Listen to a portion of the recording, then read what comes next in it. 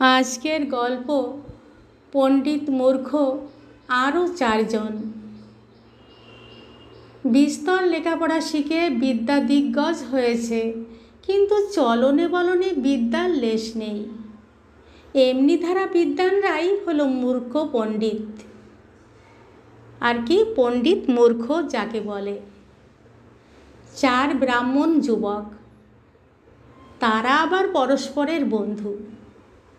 বালক বয়স থেকে অনেক বিদ্যা শিখে বিদ্যাবান হয়েছিল, কিন্তু কোনো বিষয়েই গভীরভাবে শেখেনি বলে তারা আসল শিক্ষা নিতে পারেনি। সেই কালে কান্যকুব্জের পণ্ডিতদের ছিল খুব নামডাক। দেশ বিদেশ থেকে ছাত্ররা সেখানে গিয়ে বিদ্যামঠে গুরুমশায়ের কাছে নানা বিদ্যায় শিক্ষা নিত। তাই এই চার বন্ধুও কান্যকুব্জের এক গুরুমশায়ের কাছে গেল লেখাপড়া শিখতে। 12 বছর এক মনে পড়াশোনা করে অনেক বিদ্যা শেখে তারা। তখন চারজনে বলাবলি করল, সব বিদ্যাই তো আমাদের আয়ত্ত হয়েছে, এবার চলো গুরুমশায়ের কাছে বিদায় নিয়ে বাড়ি ফেরা যাক। তাই হলো। পরদিনই চার বন্ধু গুরুমশায়ের কাছে বিদায় চেয়ে অনুমতি নিয়ে প্রতিপত্তর বগল দাবা করে বাড়ির দিকে রওনা হলো। যেতে যেতে কিছু দূর গিয়ে দেখে পথটা দুদিকে ভাগ হয়ে গেছে। এখন কোন পথ ধরে যাবে তা তারা কেউ ঠিক করতে পারে না। একজন বলল, তাই তো বড় সমস্যা হলো, কোন পথ দিয়ে যাওয়া হবে ঠিক হবে বলো তো? এখন হয়েছে কি, কাছেই গ্রামে মারা গিয়েছিল এক বণিকের ছেলে। তার শবদাহ করার জন্য এক দিকের পথ ধরে চলেছে বহু লোক। তাই দেখে চার পণ্ডিতের মধ্যে একজন সঙ্গে সঙ্গে পুঁথি খুলে বলতে লাগলো, এই তো পাওয়া গেছে, দেখো লেখা রয়েছে, মহাজন যে পথে যায় সেই হলো পথ। তার মানে মহাজন হলো বহু লোক। তাহলে আমরা আর দাঁড়িয়ে থাকি কেন? বহু লোক যে পথে চলেছে, চলো সেই পথ ধরেই যাই। তখন পণ্ডিতেরা চলল শ্মশান যাত্রীদের ভিড়ের সঙ্গে। যেতে যেতে শ্মশানে পৌঁছে তারা দেখে এক গাধা ঘাস খাচ্ছে। অমনি দ্বিতীয় পণ্ডিত পুঁথি উল্টে দেখল লেখা রয়েছে, উৎসবে আনন্দের সময় দুর্ভিক্ষের কালে শত্রুর আক্রমণ হলে আর রাজ দরবারে এবং শ্মশানে যে থাকে সেই হলো বন্ধু। সে তখন বন্ধুদের বলল, ওহে এই তো আমাদের বন্ধু, শ্মশানে চড়ে বেড়াচ্ছে। তাই তো বলতে বলতে তখন তারা ছুটে গিয়ে কেউ গাধার গলায় জড়ায়, কেউ বা ধোয়ায়, কেউ ঘাস তুলে তার মুখের কাছে ধরে। চার পণ্ডিতের পাল্লায় পড়ে গাধা তো ভয়ে মরে তিড়িং বিড়িং লাফ জুড়ে দিল।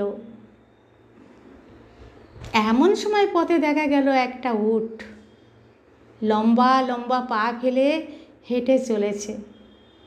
তাকে দেখে পণ্ডিতরা বলে, আরে এটা আবার কোন প্রাণী, দেখছো কেমন দ্রুত চলেছে?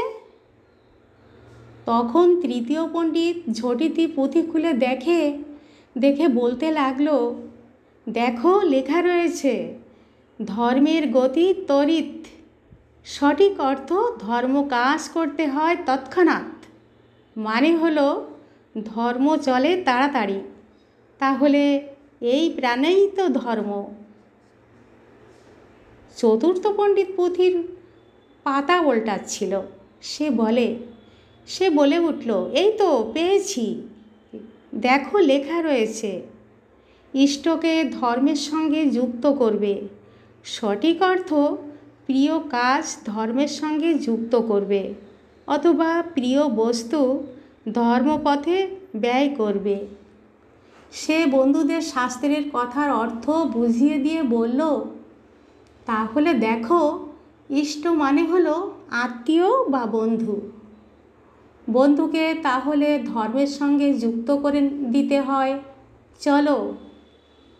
চারজনে ছুটে গিয়ে তখন গাধাকে ঝাপটে ধরে টানতে টানতে নিয়ে গিয়ে উটের গলার দড়ির সঙ্গে বেঁধে দিল। লম্বা গলা উটের টানে গাধার তো প্রাণ যায় অবস্থা। সে পরিত্রাহী চিৎকার জুড়ে দিল। গাধার মালিক যে ধোপা, সে কাছেই ছিল। গাধার চিৎকার শুনে নেকড়ে ধরেছে মনে করে ছুটে এলো লাঠি নিয়ে। চার পণ্ডিত দূর থেকে মারমুখ ধোপাকে দেখে ভয়ে সেখানে আর দাঁড়ালো না, দিল লম্বা ছুট। তাদের সেই দৌড় থামল গিয়ে এক নদীর তীরে এসে। পেছনে তাকিয়ে ধোপাকে দেখা যাচ্ছে না দেখে সকলেই নিশ্চিন্ত হলো। তখন তারা হাত মুখ ধুতে লাগলো নদীর জলে। একটু ঠান্ডা হয়ে বিশ্রাম করে পরে নদী পার হবে এই ইচ্ছা। নদীর জলে ভেসে আসছিল একটা পলাশ পাতা। তাই দেখে এক পণ্ডিত পুঁথির পাতা উল্টে বলল, যে পত্র সঠিক অর্থ নৌকো আসবে, সেই আমাদের পার করে দেবে।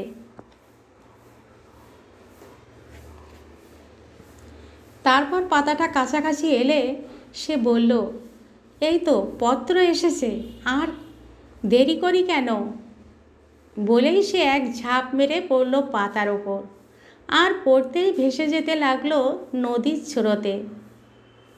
বন্ধুকে ভেসে যেতে দেখে অন্য একজন ঝটিতি তার চুলের মুঠি চেপে ধরে বলে উঠল, সব যখন যেতে বসে, পণ্ডিত ব্যক্তি তখন আধা ছেড়ে দেয়, অর্ধেক নিয়ে খুশি থাকে।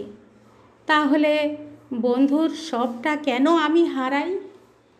এই বলে কোমর থেকে ছুরি বের করে ঘ্যাসাং করে বন্ধুর গলা কেটে ফেলল। তখন ধরটা স্রোতে ভেসে গেল। মুন্ডটা হাতে ধরা রইল। ছিল চারজন, এবারে হলো তিনজন।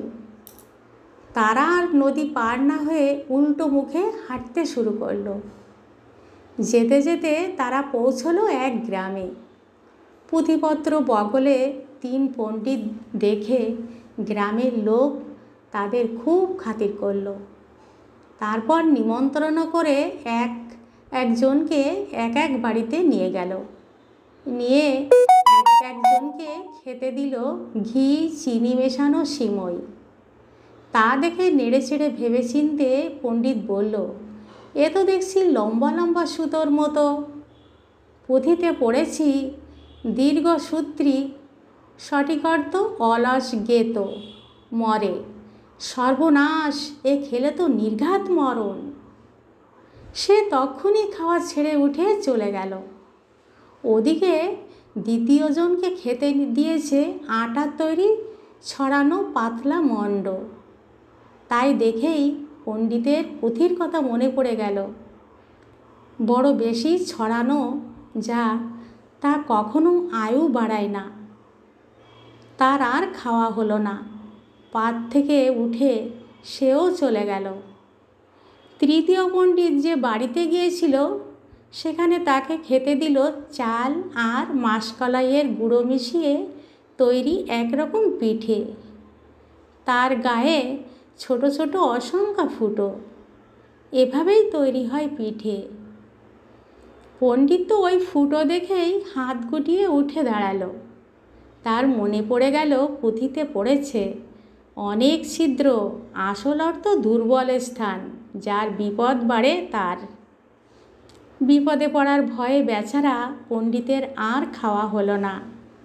এমনি করে তিন পণ্ডিত মূর্খ গাশুদ্ধ লোক হাসিয়ে পেটে দাউ দাউ আগুন জ্বলা খিদে নিয়ে দেশে ফিরে গেল। বন্ধুরা, আজ গল্পটা কেমন লাগলো অবশ্যই আমাকে কমেন্ট করে জানিও কেমন, আর আমার পাশে সাবস্ক্রাইব করে দাঁড়িও।